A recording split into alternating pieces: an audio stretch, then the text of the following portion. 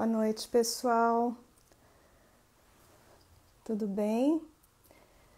Hoje nós vamos receber uma convidada ilustre, Adriana Lira Ortega. Daqui a pouco vai estar entrando aqui com a gente. Vai ser um papo bem interessante sobre bruxismo em crianças e adolescentes. É um tema bastante atual, tem sido bastante estudado, né, nos últimos anos. Eu fiz até uma... Aqui, ela está entrando. Fiz uma busca na internet. Hoje tem mais coisa sendo publicada nessa população até do que em adulto. Oi, Adriana. Oi, Tudo Sibeli. bem? Tudo jóia e você? Tudo ótimo. Obrigada, viu, por você ter aceito o convite. Imagina, eu que estou super feliz e honrada de estar aqui com você na live da Abessono. Você sabe que eu Obrigada, sou obrigada. fã da Abessono, né? Eu sempre falo dela. E é Obrigada. um prazer para mim estar aqui com você ainda, né? Que é uma pessoa tão querida e que eu admiro tanto como profissional Obrigada, e como obrigada. pessoa. É recíproco. Dri, antes da gente começar, eu vou só dar alguns recadinhos da ABROS, tá? Da Claro! Associação Brasileira de Odontologia do Sono, que assim, a gente sempre gosta de frisar algumas coisas importantes para os associados ou para quem quer ficar associado, né? Eu sei que a gente tem sempre de ouvinte aqui, a gente tem população geral, tem paciente, mas a maioria em geral são profissionais, né? Sim, Então, sim. na realidade, assim, quem está sendo associado à BROS, está se filiando, né? Na realidade, a filiação é a Associação Brasileira de Sono e a BROS, as duas, né? Então, quando eles se filiam, eles já se filiam automaticamente as duas.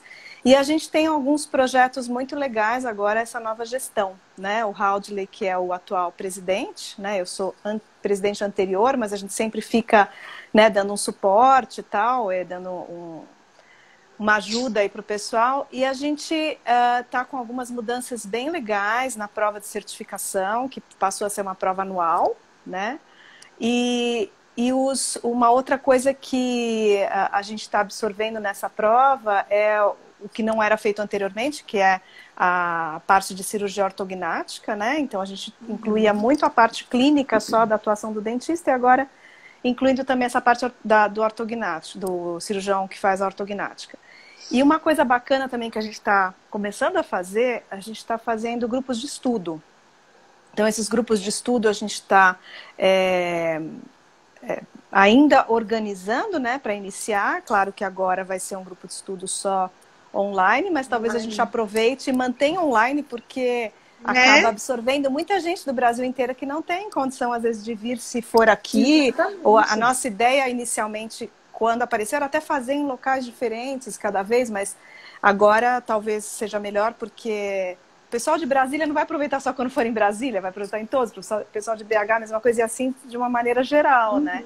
Então tá uma gestão bem bacana, a gente está se movimentando bastante para fazer coisas novas, né? Tanto para absorver mais profissionais e a gente está também gerenciando como que é a aceitação dos cursos, né? O que a gente considera um curso que que a ABS ou a ABROS aceita como um curso regular, né? E a gente pode dar o aval da ABS, uma questão de tipo de programa, de carga horária, essas coisas. Então, isso tudo a gente está trabalhando bastante. Acho que vão vir coisas interessantes aí pela frente. Bacana, né? Não, eu tenho certeza que sim. A equipe de vocês, ela traz sempre trabalhos muito consistentes, né? E a gente vê assim que eu vejo gente que vem de longe para vir para São Paulo para fazer o curso com vocês. Depois isso vai Exato, se espalhando, né? Então a gente vai plantando sementinhas por todo o exato. canto. É muito legal, né? Você também tem essa É muito sensação, né? legal. Então, eu queria começar te perguntando uma coisa, Adri, que assim, muita gente me pergunta, como é que o bruxismo veio parar na sua vida? Como é que você começou a estudar isso? Primeiro, eu queria dizer que a Adriana é uma pessoa, hoje é uma referência na área, né? Do bruxismo de uma forma geral, mas também associado à criança, adolescente, que é o seu forte, né? Você é odontopediatra. E que elas têm a Adriana e a Juliana, que vai estar na próxima live, elas têm o dia do bruxismo, então elas estão sempre super inteiradas do que está acontecendo para passar para o pessoal que tem de mais up to date aí, né? De evidência e tal. E então, para a gente aproveitar bastante a sua presença aqui para o pessoal aprender. Então, me conta um pouquinho, assim, como é que você começou nisso tudo? Primeiro, assim, eu queria agradecer a sua, né, toda essa consideração, e eu acho que toda vez que falam assim de mim, eu fico um pouco, sem mentir de jeito nenhum, eu fico um pouco encabulada, que falo, ai, gente, tem tanto artigo que eu não li, e eles estão falando que... É que a gente se cobra muito, né?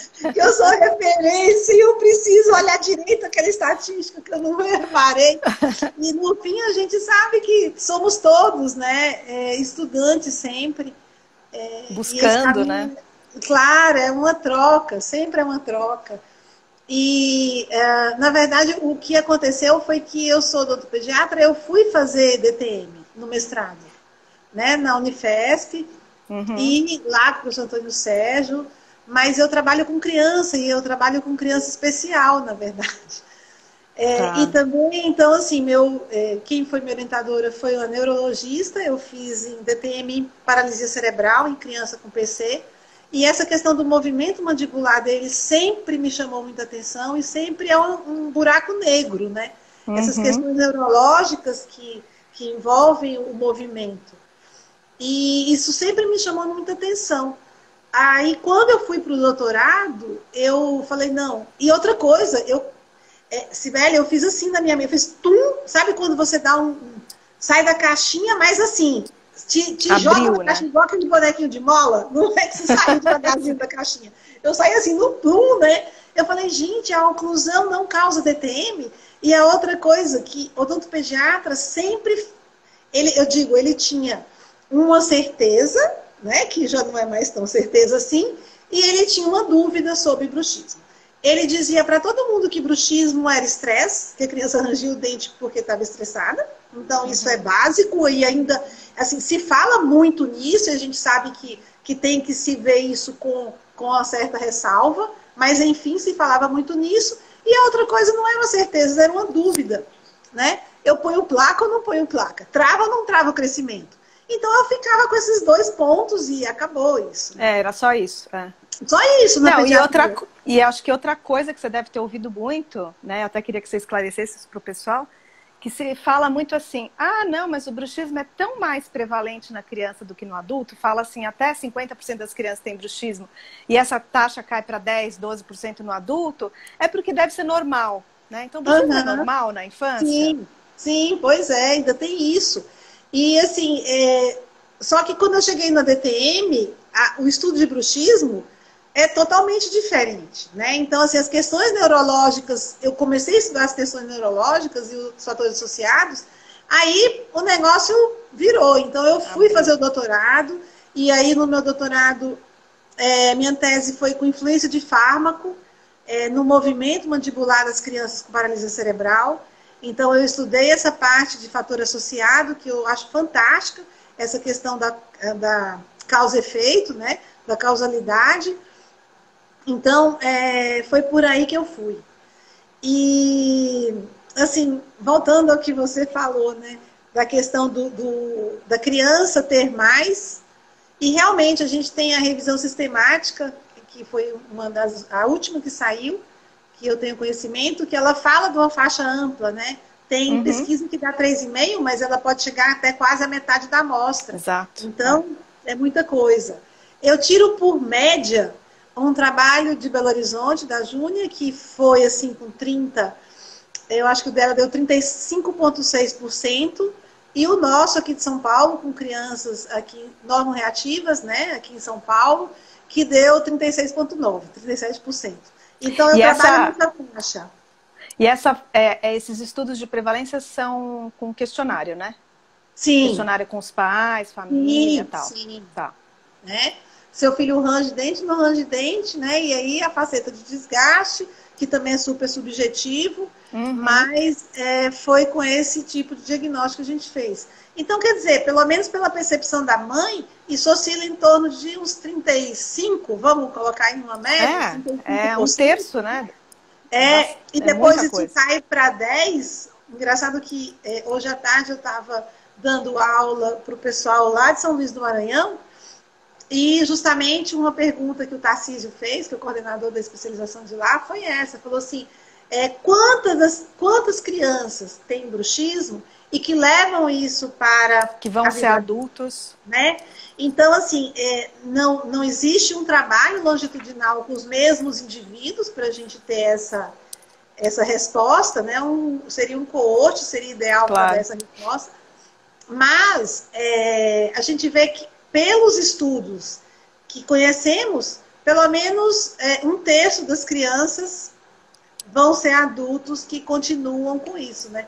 Que tem a Uhum. pesquisa de prevalência do Milton, né? Que É. deu, né? Surda também, né? Claro. Que deu essa prevalência, acho que de 13, não foi? 13 alguma 12 coisa. alguma coisa. É, dá quase 13. É. Eu botei E a 13 na literatura cabeça. fala aí, tem estudos que falam em torno de 8, 10, 12. É que a gente, como a gente fez polissonografia, e a gente confirmou com a poli, acaba dando um pouco mais, né? Mas quando a gente É, associou poli com a Milton, se estiver aí, se eu estiver errado, ele me corrige. Se associando os dois, acho que cai para 7%. Então, você tem uma prevalência só de questionários, tem uma prevalência só de polissonografia, você tem uma prevalência quando associa as duas coisas, né? Porque tem sim, sim. variabilidade, tem um monte de coisa que interfere, né? Sim, sim. Mas, mas responde para o pessoal, Dri, ranger os dentes, criança ranger os dentes é normal? Eu diria que é comum, né? Vamos para o conceito do normal. É normal porque é comum, mas não que é normal do aceitável, né? Então, assim, eu acho que Uhum. o que a gente trabalhava, o que eu escutava antes, o que muita gente fala, é assim mesmo, deixa que quando crescer passa. E eu sempre faço Exatamente. comparação do refluxo do recém-nascido. Então, todo recém-nascido, quando é amamentado, se segura em pezinho, né, para o neném arrotar, porque ele Uhum. tem um refluxo por uma imaturidade, né, gastroesofágica. E que isso, com o passar dos dias, né, isso vai melhorando e com, sei lá, Uhum. 2 meses, 1 mês e pouco, o bebê já não apresenta esse refluxo com essa força. Esse refluxo é fisiológico, né? Praticamente 100% dos recém-nascidos, eles têm esse refluxo e depois a maturidade do sistema nervoso vai colocar as coisas no lugar. Agora, o bruxismo não, né? A gente não pode mais falar isso, né? E uma coisa que eu vi assim, e uma coisa que a gente conversa muito é que tendo tantos fatores associados junto com o bruxismo, ele precisa ser visto como um sinalizador, Sibeli, Uhum. né? O bruxismo precisa ser visto como uma febre. Toda vez eu bato nessa tecla. Então, se tem uma febre, se vai investigar de onde veio. Se tem um bruxismo, vamos investigar de onde veio.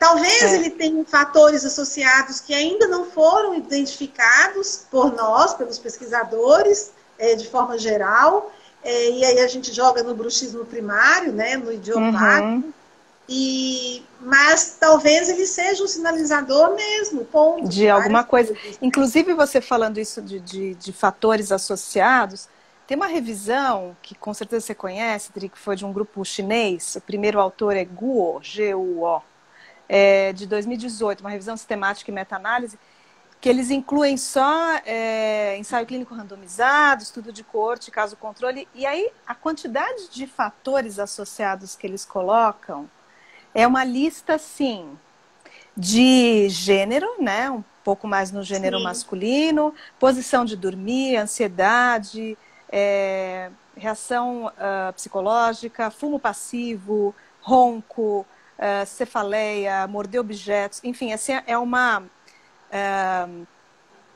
dormir menos de 8 horas, enfim, a quantidade de fatores associados, que não significa, que a gente sabe muito bem que isso não significa causa e efeito, mas sim, que mostra o quanto o bruxismo é multifatorial, seja na infância, seja na fase adulta, né? E sim, que sim. é muito interessante que, com certeza você percebe isso, os pacientes vêm para o consultório com uma ideia pré-concebida, né? Ah, eu tenho bruxismo, o adulto, por exemplo, eu tenho bruxismo porque eu estou estressado, eu tenho bruxismo porque eu sou uma pessoa estressada. E às vezes alguém, até outro profissional já falou isso para ele. E eu queria eu não atendo criança, não atendo adolescente. Então, queria entender, assim, na sua prática clínica, na sua rotina, como que normalmente essas crianças ou esses adolescentes chegam para você? Que tipo de queixa eles trazem no consultório? Ou os pais trazem queixa? Eles têm dor, ou eles têm desconforto, ou eles é só o relato dos pais, eles não sentem nada? Como que é que você percebe? A queixa vem pelo ruído, então isso é óbvio, né? A mãe incomoda o irmão que não quer dormir com ele, me dá aflição porque eu vou dormir com ele ou eu escuto isso. E essa questão do estresse do bruxismo está tão tatuado na mente de todo mundo, né? Que para você, eu até tem um trabalho nosso que foi uma orientada minha de doutorado, e a gente trabalhou, foi a Nélia, lá da Bahia, né, lá de Feira de Santana, e ela trabalhou com o pessoal da psicologia. Então, o professor de psicologia que ele aplicou um questionário que é validado, enfim, para ver a questão do estresse. A gente viu mãe e filho. A gente pegou, pareou mães e filhos, assim.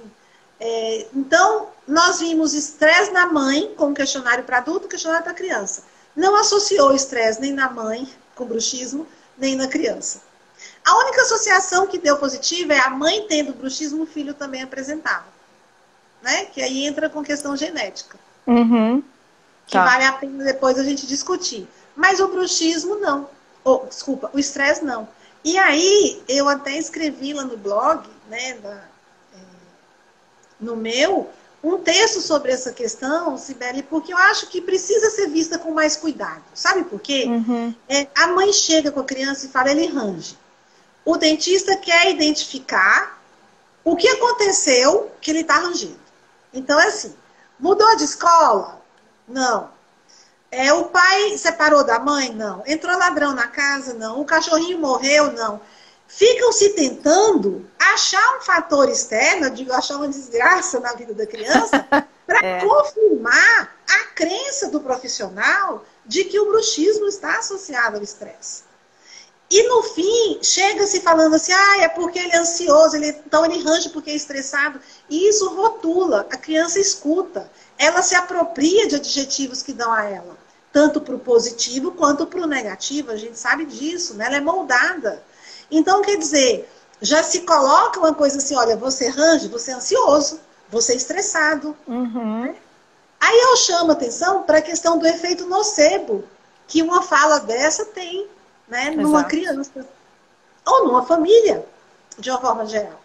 Meu filho está ansioso, meu Deus, o que eu estou fazendo que eu não estou dando um ambiente tranquilo para ele? Então, quer dizer, já permeia por aí. Então, para tirar essa questão do psicológico do odontopediatra, eu não digo do dentista de forma geral, de uma forma geral, eu acho. Né?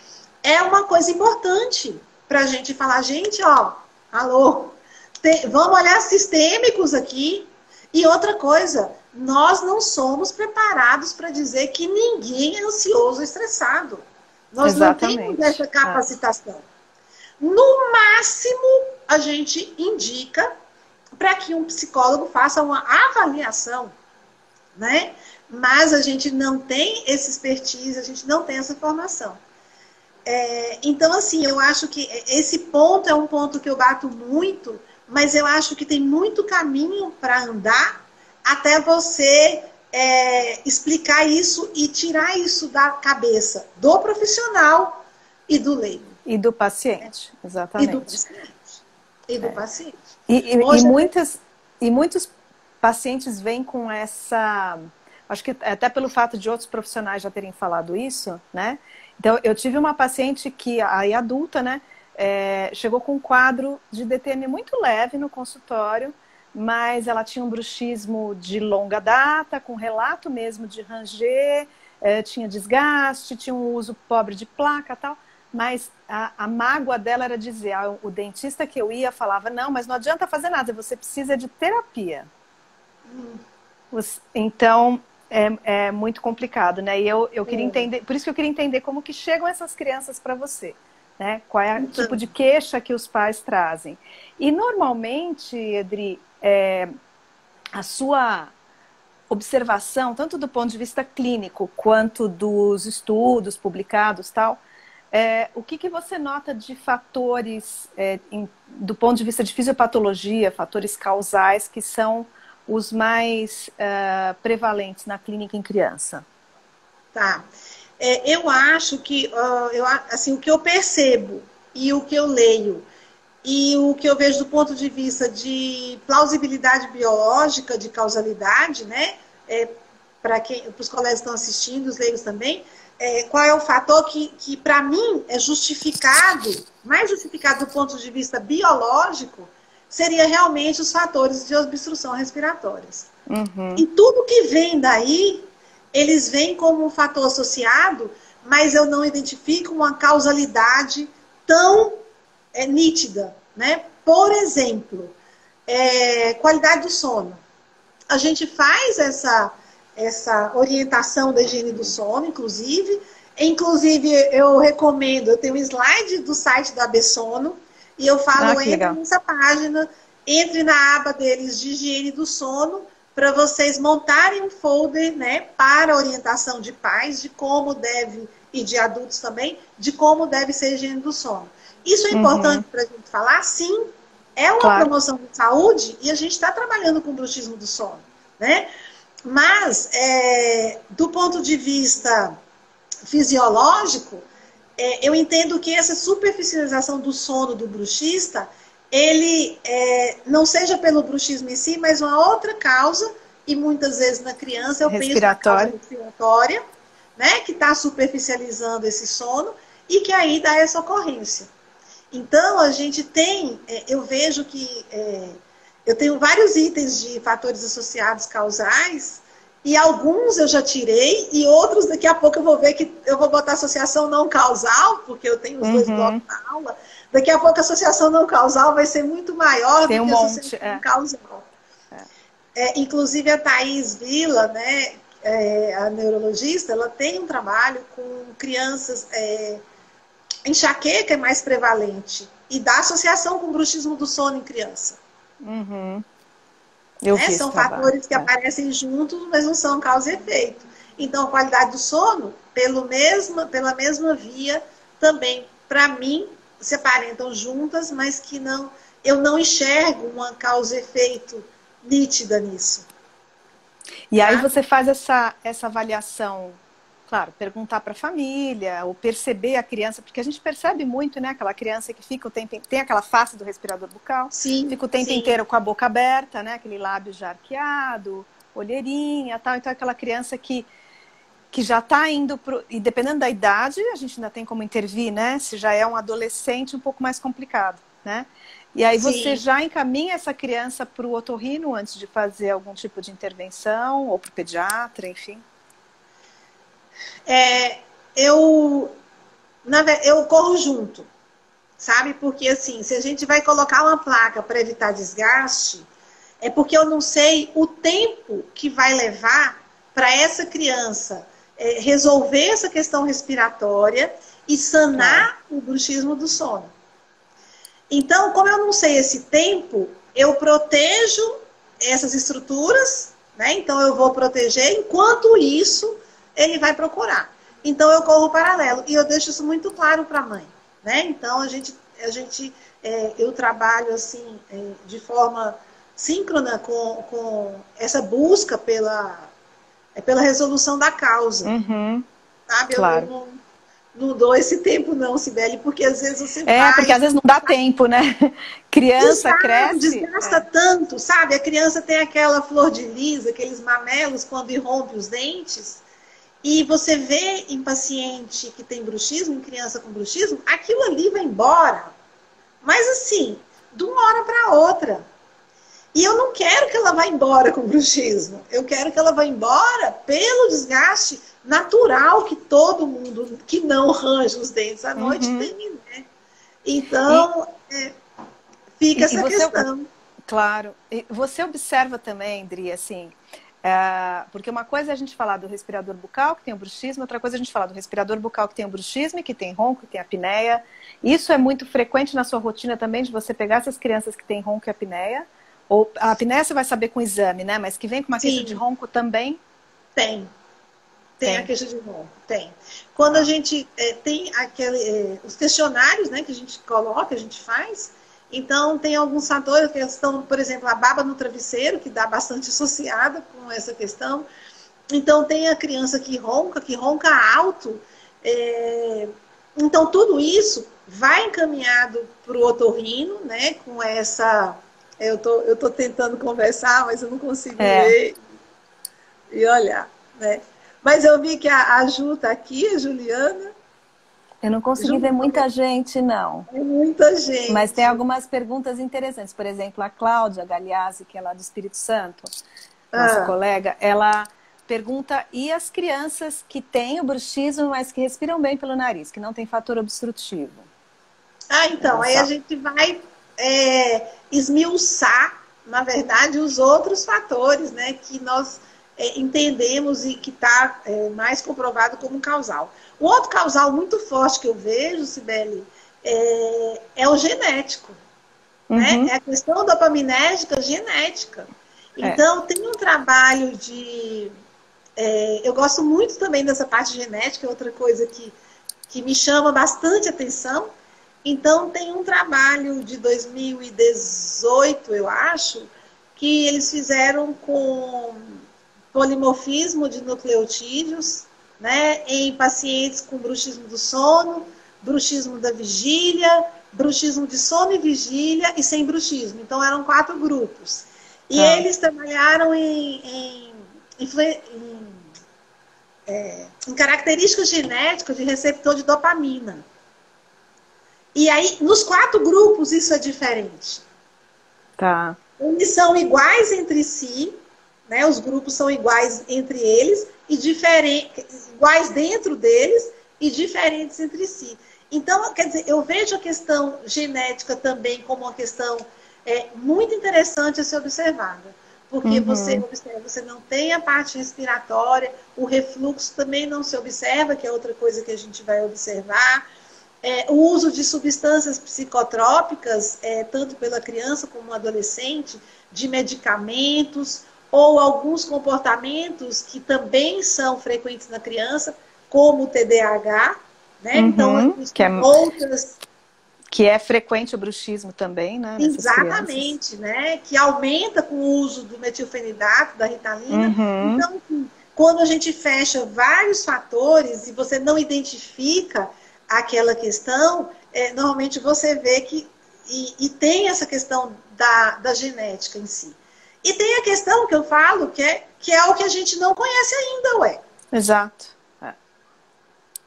Na verdade, eu acho que a gente está engatinhando na história, né? Porque tem tanta coisa que eu falo, gente, isso aqui, ninguém estudou isso? Por que não estudou ainda? Né? Mas o bruxismo... do que resposta. Eu vou te contar uma coisa, Adri, eu já contei para algumas pessoas, até em live. Como eu comecei no bruxismo, eu estava fazendo mestrado em Bauru, eu fazia mestrado na reabilitação oral, e eu só fui fazer reabilitação oral porque eu queria a área de dor e DTM, não era especialidade, nada, isso foi em 92. E um dia eu avisei o professor Pegoraro, que era o coordenador da pós-graduação, que eu tinha uma festa de família no domingo, eu só ia para Bauru na segunda, né? Na aula que eu perdi segunda de manhã, eles distribuíram um tema lá de monografia. Eu cheguei à tarde e falaram, sobrou esse tema para você, bruxismo. Todo mundo olhou para minha cara, tipo, coitada, né? Não se sabia nada desse assunto. Tinha pouquíssima publicação na época que a gente tinha que olhar no Index Médicos lá, né? Naqueles livrões, né? Não tinha PubMed, nada. E aí eu descobri alguns artigos, assim, era uma coisa muito rudimentar, né? Comecei a estudar aquilo, eu não tinha onde me basear para fazer minha tese de mestrado. Foi uma coisa assim, foi tudo muito... Né? O primeiro artigo que eu li sobre bruxismo foi de quem? Do Gilles Lavigne. O primeiro artigo que ele publicou em 87. Depois acabei conhecendo o grupo dele em 95, estudei lá, mas enfim. Só para dizer o seguinte, isso não faz 30 anos, concorda? Sim. Faz 20 e poucos anos. E Foi nada ontem, se né? publicar, foi ontem, do ponto de vista científico. Então, o bruxismo meio que deu uma explodida agora, né? Em Sim! termos de estudo e tal. Mas a gente ainda é um grãozinho de areia, né? Em Nossa, termos muito de pouco. conhecimento. Então, às vezes, eu percebo, principalmente os dentistas mais jovens, quando estão começando a fazer curso e procuram. Não, mas como assim vocês não sabem o que é? É, Bom, vamos lá, senta aqui. Deixa eu te explicar um senta pouquinho como é aqui. que funciona a ciência, né? Não é Aterriza, tão simples assim. aterriza um pouquinho, né? É. Vamos, deixa eu te contar uma história, querida. Exato. Então é bem por aí, né? Acho que a gente está começando a desbravar um campo, né, que tem muito para ser estudado. E eu acho que Muito. em criança as coisas, eu acho que o grupo no Brasil, você, o grupo da Júnia, a Ju, abriram muita coisa, né, de publicar muita coisa em criança e que começou a se entender um pouquinho mais. Porque é exatamente o que você falou no começo da live. Antes era assim: ah, ok, meu filho tem bruxismo porque ele é estressado e eu ponho, posso pôr Sim, placa ou não posso pôr sim, placa, né? sim, sim. Então, Não responde dorme para o bem? pessoal. É. Pode pôr placa ou não pode pôr placa? O que vocês fazem normalmente? Então, pode pôr placa, deve pôr placa. Uma outra coisa, além do estresse, que eu queria falar, Cibele, é a questão da oclusão. Menina, como é difícil tirar isso da cabeça das pessoas. Ah, mas Ui, eu faço um ajuste oclusal e para o bruxismo. Ai, mas eu ponho um aparelho, não sei o quê, e o aparelho resolve. Gente, pelo amor de Deus, o mantra 2 da aula, eu tenho 3 mantras na minha aula. O número 2 é o bruxismo, é de origem central, criatura. Não adianta toxina botulínica, não não adianta adianta periférico. aparelho, não adianta nada. Estude a fisiopatologia, né? Saia da caixinha. Ah, mas no meu consultório isso resolve. Vamos estudar viés de confirmação, querida, para você ver que você está olhando errado, né? Então, vamos verificar isso de forma organizada e bem estruturada. A questão da oclusão também, para o dentista largar, Cibele, não é fácil. Eu falo, gente, joga na LX, desapega. Mas você sabe o que eu acho, Adriana? Saia disso aí, pelo amor de Deus, né? Mas é difícil. Isso, em grande parte, eu acho que é culpa da nossa formação, que a gente tem uma formação, infelizmente, para agir, para fazer coisas, para entregar um resultado para o paciente, mecanicista. Mostrar alguma coisa. Então, assim, quando a gente ensina o aluno a pensar, a trabalhar o conhecimento, porque você vai lendo um monte de coisa, você vai formando quebra-cabeças na sua cabeça, né? E isso vai te fazendo chegar a um grau de conhecimento um pouco melhor. E não você ler uma técnica e você reproduzir como se fosse uma receita de bolo. Isso é muito simples. Isso não, a gente não precisa fazer 5 anos de faculdade para fazer isso, né? Não. Então, eu acho que é tirar um pouco essa ideia do dentista ser mecânico, né? Sim, e isso ainda está muito enraigado, né? É muito difícil de tirar esse viés de formação, se a gente pode falar assim, né? Mas sabe o que é, Cibele? É muito difícil de tirar porque o conhecimento ele não é vendável. Ele não é vendável. Exato.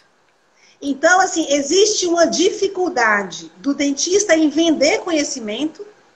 Existe uma dificuldade do leigo em comprar o conhecimento do dentista. Ele paga uma fortuna por uma consulta médica, mas o dentista tem que fazer alguma coisa na boca dele. Não adianta só o dentista falar.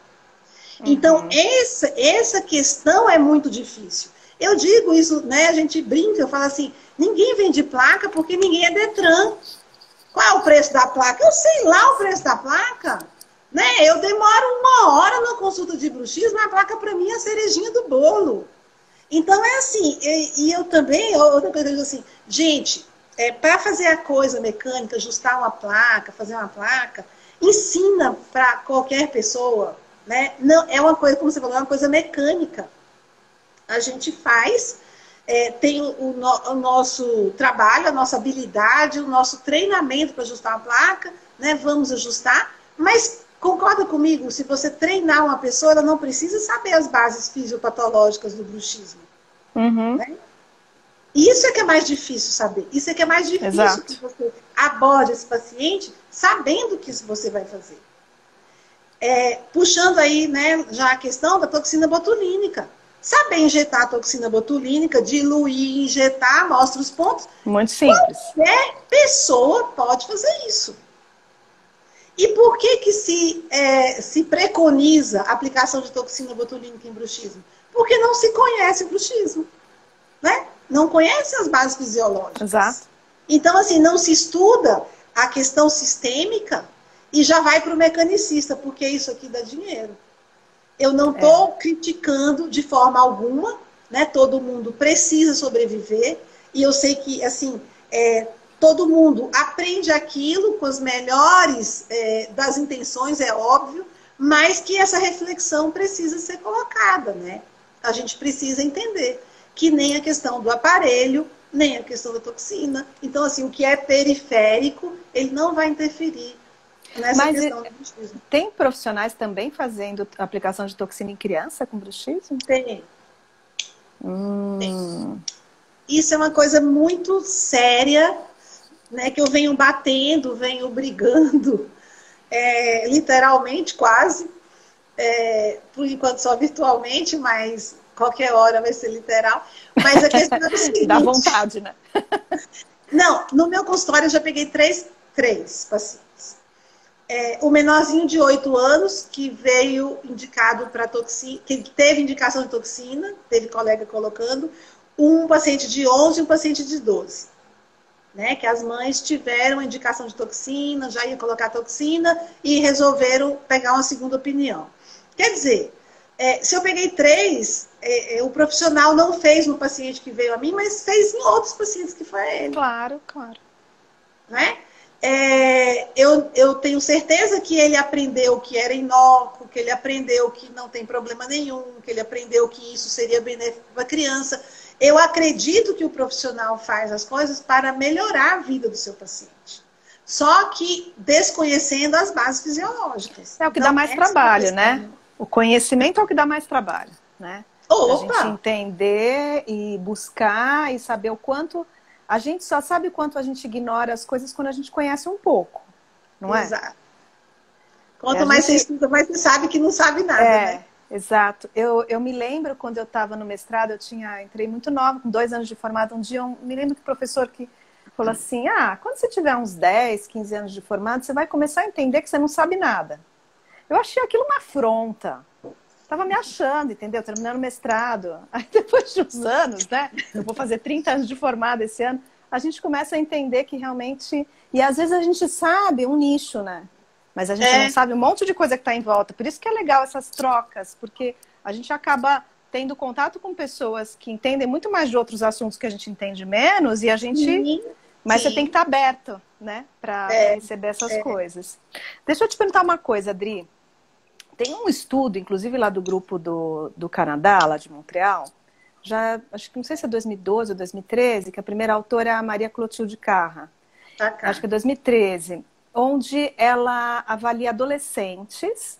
Deixa eu tentar lembrar exatamente do desenho do estudo, mas eu me lembro que foram feitas 4 polissinografias. Eram adolescentes que tinham bruxismo e que tinham cefaleia, tá? E esses adolescentes foram submetidos ao uso de um aparelho de avanço mandibular, como se fosse um aparelho de apneia, de ronco. Só que, como eles fizeram 4 polis, eles fizeram uma basal, uma segunda poli, eram as 2 placas separadas, como se elas não tivessem como se fossem 2 placas estabilizadoras soltas na boca, né? Sim. Aí depois eles fizeram uma terceira poli com as placas com um pouquinho de avanço e depois uma 4ª poli com a placa com mais avanço, tá? E eu me lembro bem do gráfico, porque eu até montei isso já em aula, onde com a placa, 2 placas soltas e com elas só conectadas na posição como se fosse habitual, reduz um pouco a quantidade de eventos de bruxismo por hora, que é aquele RMMA por hora. Sim, o RMMA. O índice lá de eventos. E quando você avança um pouquinho, que não é muito, reduz assim, de 4 e pouco vai para 1. Então, reduz 75%. Você tem experiência clínica, assim, nos seus... Ali eram adolescentes, tá? Sim. Você tem... Sim. E reduz muito a cefaleia. Reduz o RMMA e reduz a cefaleia. Se você tem experiência com aparelho ortopédico, porque não precisa ser necessariamente esses aparelhos que a gente usa para a apneia, mas a ortopedia tem muitos aparelhos que promovem esse avanço mandibular, né? Sim, sim. Eu tenho sim. Eu sei qual é o trabalho da Maria Carla, eu também tenho esse trabalho em aula, né? E o que eu digo é o seguinte, quando a gente trabalha com oclusão, por exemplo, adolescente. Adolescente é ainda em fase de crescimento craniofacial e dependendo da curva de puberdade que você pegou, esse indivíduo, ele está perto do pico de crescimento, então ele tem um estirão do crescimento, a possibilidade dele ter uma modificação espacial maxilomandibular é muito grande. Então, você vai avançar essa mandíbula se essa oclusão permitir esse avanço. Claro. Então, quer dizer, a indicação da gente colocar a ortopedia, um bionato, um clamp, um twin block, qualquer outro aparelho ortopédico que vá protruir, um Herbst, que é fixo, qualquer aparelho que vá protruir essa mandíbula, é objetivando o equilíbrio da oclusão, né? Porque, pensa, eu não posso dar essa indicação para o aparelho porque o paciente tem uma alteração respiratória. Imagina um paciente classe 1. O que eu vou fazer com esse paciente? Exato. Eu vou modificar, vou botar ele em um classe 3? Não, de forma alguma, né? Entendeu? Então, assim, eu acho que essa questão é interessante. Esse ganho, né, também, esse ganho secundário de respiração e que a gente tem, eu sempre oriento para os colegas eles não colocarem isso na primeira consulta, porque, por exemplo, tem um trabalho também mostrando que quando você faz a disjunção, você também diminui RMMA. Em disjunção rápida de maxila, Sibeli. Exato. E aí, nesse trabalho, tem também uma questão respiratória, que você disjunta, tem trabalho de rinofluxometria, que mostra que você melhora um pouco essa respiração da criança. Tanto que melhora a ronco e a apneia, né? Exatamente, né? Mas o que acontece? Eu não posso dizer para o meu paciente, no meu consultório, eu não posso chegar para o meu paciente e dizer assim, olha, esse aparelho eu vou fazer, seu filho é classe 2, né? Eu vou transformar em classe 1, e aí eu vou melhorar dele o ronco, eu vou melhorar a apneia, ou seu filho tem a maxila atrésica, eu vou expandir a maxila, eu vou melhorar o bruxismo, Sabe por quê? Porque para um paciente, para uma criança, isso vai resolver. Mas para outra criança, isso não vai resolver. Às vezes a hipertrofia de tecido linfóide dessa criança é muito grande. Né? E essa alteração morfológica vai fazer cosquinha. Então não dá para a gente bater o martelo de forma muito, muito incisiva para essa família logo na primeira consulta, né? Então eu falo, gente, olha, vamos pisar no freio. Eu adoraria, assim como todo mundo, que os nossos aparelhos resolvessem os problemas. Eu adoraria que o aparelho resolvesse a DTM, eu adoraria que o aparelho resolvesse o bruxismo, eu adoraria tudo. Mas não resolve. Vamos, né, colocar os pingos nos is e ver as coisas, até onde é meu limite, até onde eu devo encaminhar meu paciente. Então, assim, essa interdisciplinaridade, ela é fundamental quando a gente fala de bruxismo infantil. Não tem como eu querer resolver o meu paciente inteiro. E outra, a causa do bruxismo, a causa conhecida hoje, não está na mão do dentista. Não adianta fazer ajuste oclusal. Não adianta pôr o aparelho. Né? Então, a gente tem que pensar nisso. E eu acho que existe uma dificuldade que eu vejo, não sei como é que você percebe isso, dos pediatras médicos, né? Muitas vezes de enxergarem a necessidade da intervenção cirúrgica nas crianças que têm a amígdala adenoide muito grande. Claro que a gente tem um limite aí do que deve ser indicado ou não, então eu queria que você me falasse um pouquinho disso também, porque O que eu sei é através de outros colegas ou através de familiares, quando precisou indicar, enfim.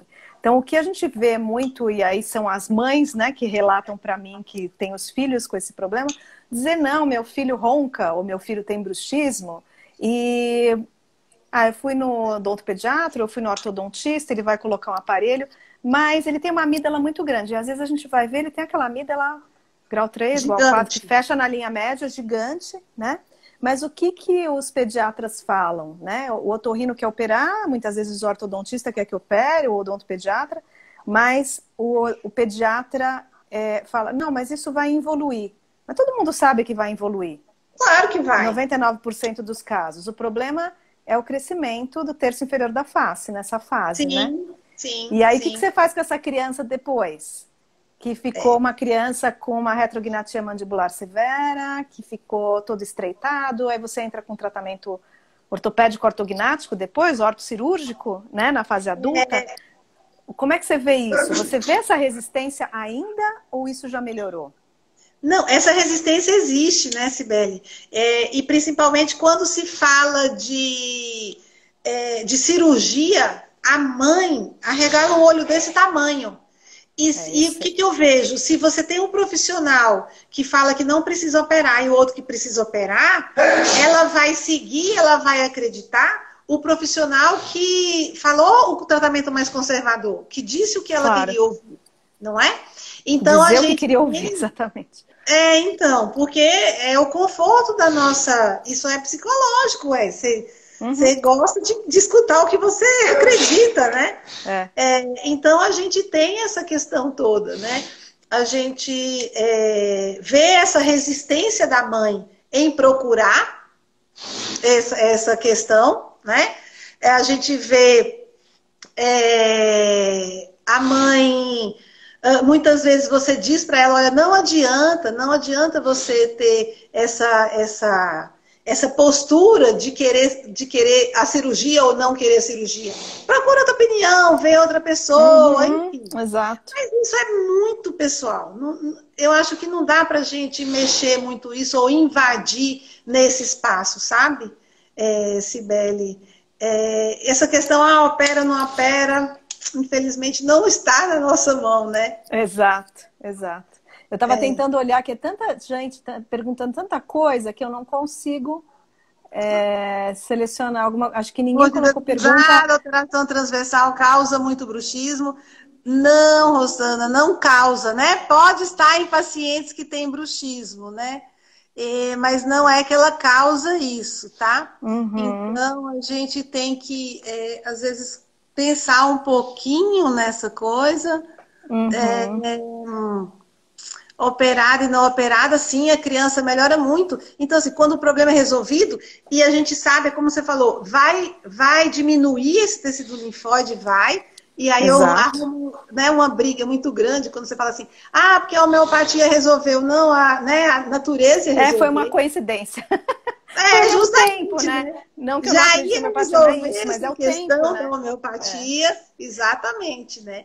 Mas não sei se você sabe, Dri, mas assim, um dos grandes entusiastas do papel da odontologia na medicina do sono foi um professor que morreu ano passado, o professor Guilherme Minot, né? Que foi um dos grandes precursores da medicina do sono no mundo, né? Que foi professor lá e coordenador da Universidade de Stanford na medicina do sono. E ele foi dos primeiros a falar do papel da odontologia, da importância, né? Principalmente na criança. E foi dele um dos primeiros trabalhos que mostrou assim, olha, uma boa parcela das crianças que têm apneia do sono e operam, fazem cirurgia de adenomidalectomia, continuam com quadro residual. Sim. Então, depois veio outros trabalhos, enfim, um deles é da Vila, inclusive, da Patrícia Vila, mostrando que assim, ela selecionou 2 grupos separados randomicamente, né, aleatoriamente. Um grupo ela começou com expansão rápida de maxila, fez polissonografia depois, aí depois fez a cirurgia de adenomidalectomia e fez poli depois. E o outro grupo ela começou com a cirurgia e terminou com a orto. O resultado é o mesmo. Ou seja, na hora que você faz o primeiro tratamento, você reduz bastante, mas tem pacientes que resolve só com uma abordagem, mas fica a maioria deles com quadro residual. Então, a gente precisa das 2 intervenções. Então, na realidade, são duas coisas associadas, entendeu? E outra coisa que é muito importante a gente ter em mente é o seguinte, é que quando a gente trabalha com a oclusão, peraí, que eu estava querendo ler as coisas. Quando a gente trabalha com oclusão e com essa harmonização de bases ósseas, nós estamos trabalhando na consequência do problema. Né? A gente tem que lembrar isso, que quando você pensa em cirurgia de amígdala adenoide, você está apagando incêndio.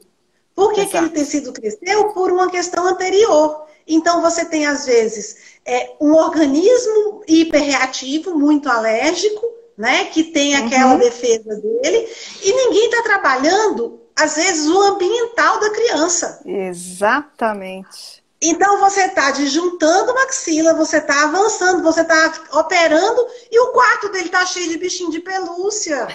Ele tem tapete pela casa toda. Cortina de tecido, exato. Exato. Então, assim, tudo que a gente faz aqui... E a gente tem que lembrar também, Cibele, que existe uma questão genética, né? Que existe um padrão facial que é genético, uma característica de face que é genética. Exato. E essa questão genética também tem que ser levada em conta e a gente não mexe.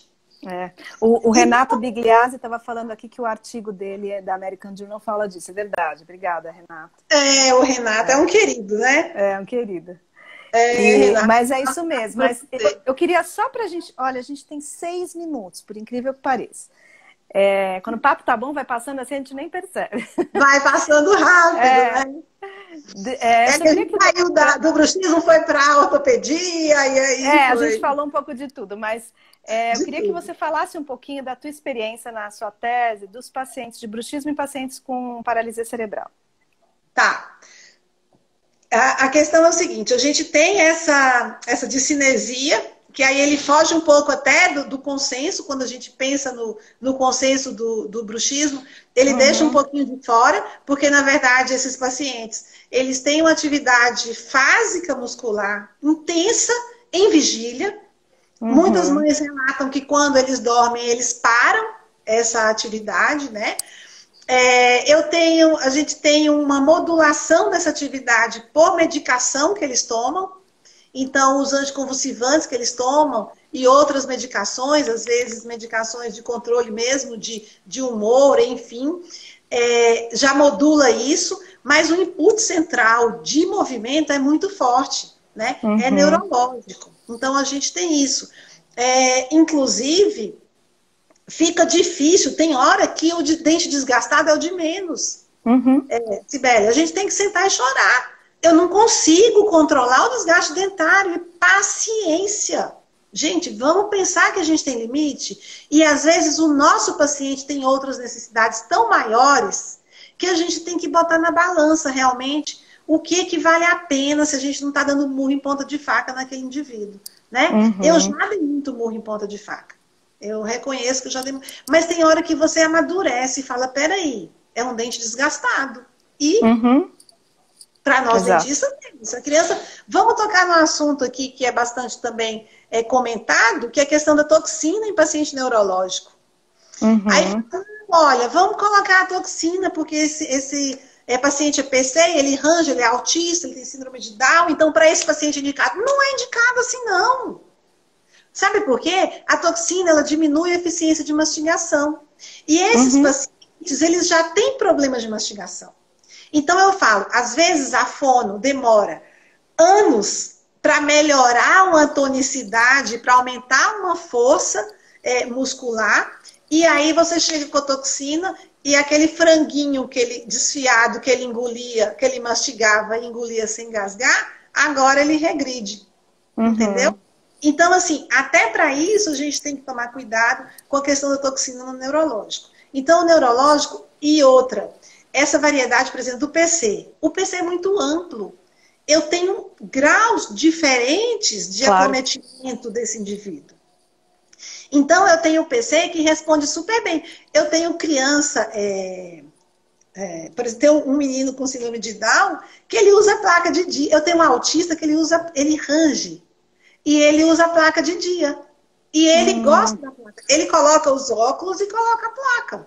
Sabe assim? Ele condicionou. Então, quer dizer, são indivíduos. A gente tem essa diferença Olha, a entre Lilian indivíduos e Janazzi, indivíduos. com certeza. A Lilian Janazzi falando aqui de um trabalho que ela publicou, que eles tiveram uma boa resposta com o uso de hiperbolóide em paralisia cerebral. Mas foi caso clínico, tá? Aí a gente tem... tratamento com osteopatia, aí eu já não sei. Aí, Lilian, a gente... a Lilian também. Um abraço para a Lilian, né? Um beijo, Lilian. Ela... Aí é questão de trabalhar com estruturas periféricas e talvez isso dê a percepção, eu acredito, Lilian, que dê a percepção para a mãe que aquilo diminuiu, né? Que exista um efeito aí de influência psicológica da mãe, porque do ponto de vista biológico a gente não identifica muito essa reação, né, de causa e efeito. As fonos trabalham bastante, né, com hiperboloide para a criança melhorar essa tonicidade, porque em alguns quadros neurológicos a gente tem uma hipotonia e em outros a gente tem uma hiper. Exato. Então, esses quadros, tem quadro que precisa mesmo estimular, né, esse movimento. Infelizmente, a gente está assim, a 1 minuto de terminar. Ah, que pena, mas eu agradeço demais o convite. Eu que agradeço. Queria mesmo te agradecer, Dri. Se você quiser falar alguma coisinha no final, eu só queria deixar assim, um grande beijo, te super agradecendo. A gente sempre aprendendo bastante. Foi uma live super elogiada. A gente está com um número grande aqui de pessoas. 230 agora, mas chegou a 270. Sim, olha, cada vez legal. Mais. Bem bacana, bem bacana. Obrigada, viu? Bem bacana, imagina, eu que agradeço a oportunidade, é um prazer estar com você aqui, mesmo que virtualmente, né? A última vez a gente estava pessoalmente, lá na piscina, tomando vinho, enfim. Gostoso. Era outro, mas a gente vai voltar. Vai chegar lá de novo, com certeza. Com certeza. A próxima eu agradeço. Piscina. Parabenizo imensamente o seu trabalho, né? Você como pessoa, o profissionalismo com que você tem, que você se dedica, toda a sua equipe, né? O Rodley aí, eu desejo um ótimo trabalho aí à frente da Bros. Conte comigo para o que precisar e no que eu puder ajudar. E muito sucesso para vocês. Obrigada. Obrigada. Tchau. E obrigada aos colegas, né, que ficaram aqui com a gente agora. Com certeza. Ótimas companhias essa noite. Tchau, tchau, Adri. Brigadão. Tchau. Obrigada a você, Sibeli. Beijo.